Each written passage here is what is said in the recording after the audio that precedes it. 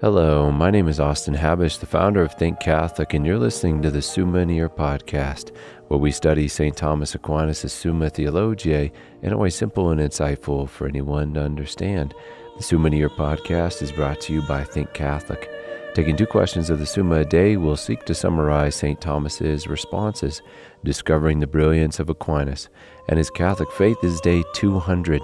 So let's get started. We're covering today questions 164 and 165 of the Secunda Secundae, that is, of the punishments of the first man's sin and of our parents' temptation. The translation that I always use in these podcasts is the one generously provided to me by Ave Maria Press, the 5-volume set translated by the Fathers of the English Dominican province, which you can now get at a discounted price from Ave Maria Press's site by typing in the code Summa 10, and so here we go. Article 1, whether death is the punishment of our first parent's sin.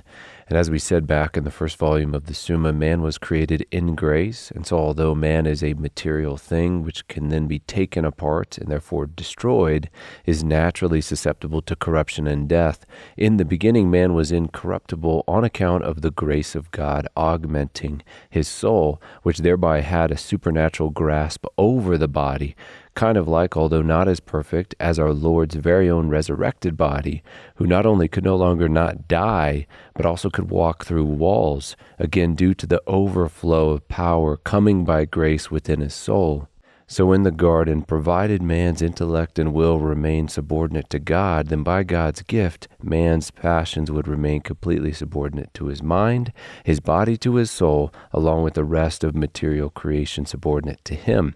However, when man disobeyed God, it was fitting then that man's passions and body go into a state of rebellion, corruption against himself along with the other created creatures, which is why men are now not only not born in grace, but our passions and body are in disarray, and the created world around us, in certain circumstances, like with wild animals, is literally trying to kill us. All this to say, and in response to our article, death was, in part, the punishment of our parents' first sin.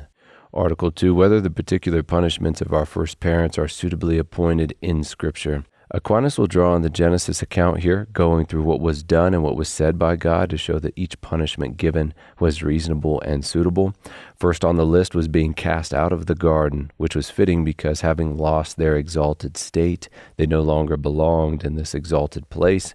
Then having lost the grace of God, which affected both their body and soul, it was fitting that they now be punished, according to body and soul as well. For the woman, she was now to suffer in carrying and delivering children. To the man, he was now to suffer in providing for his wife and offspring through barrenness of land, anxiety over that work, and then obstacles arising within it, the thorns and thistles of Genesis.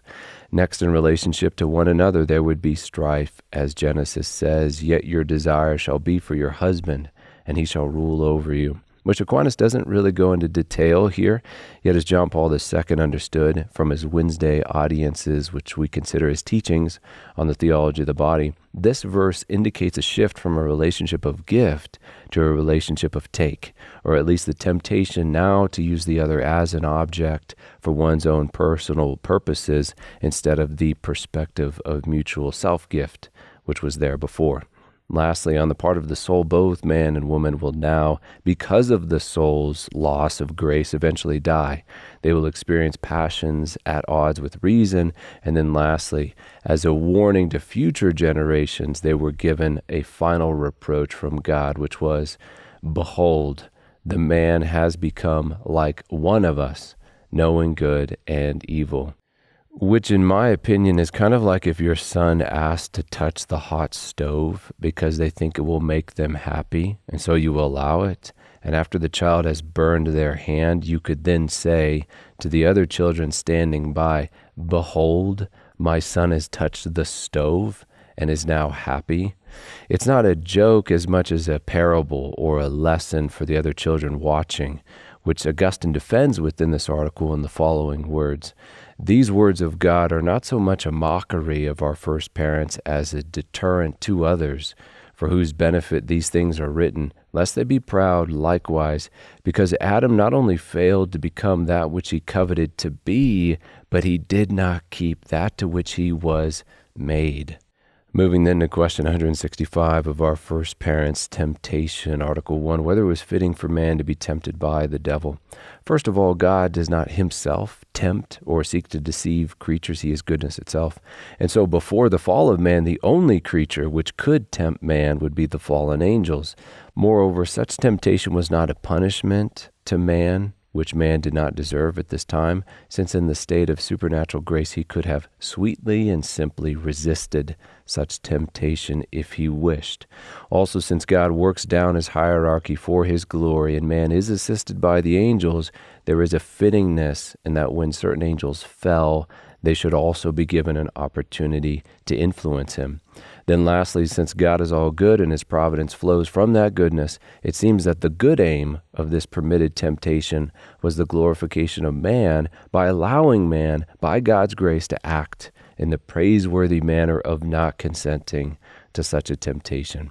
To quote Augustine within the article, it seems to me that man would have had no prospect of any special praise if he were able to lead a good life simply because there was none to persuade him to lead an evil life, since both by nature he had the power, and in his power he had the will not to consent to the persuader. Article 2 in our last article, whether the manner and order of the first temptation was fitting.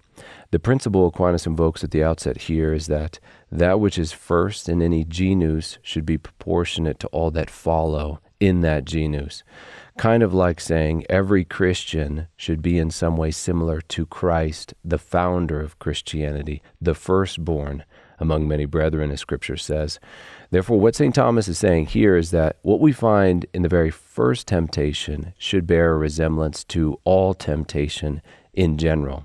And just as today we are tempted both in mind and sense, and more precisely to the mind through the senses, so too the serpent began his temptation by drawing attention to the tree and its fruit, and then worked higher towards the intellectual temptation, which was that by eating from the tree, they would be able to seize for themselves some new participation in the divine likeness.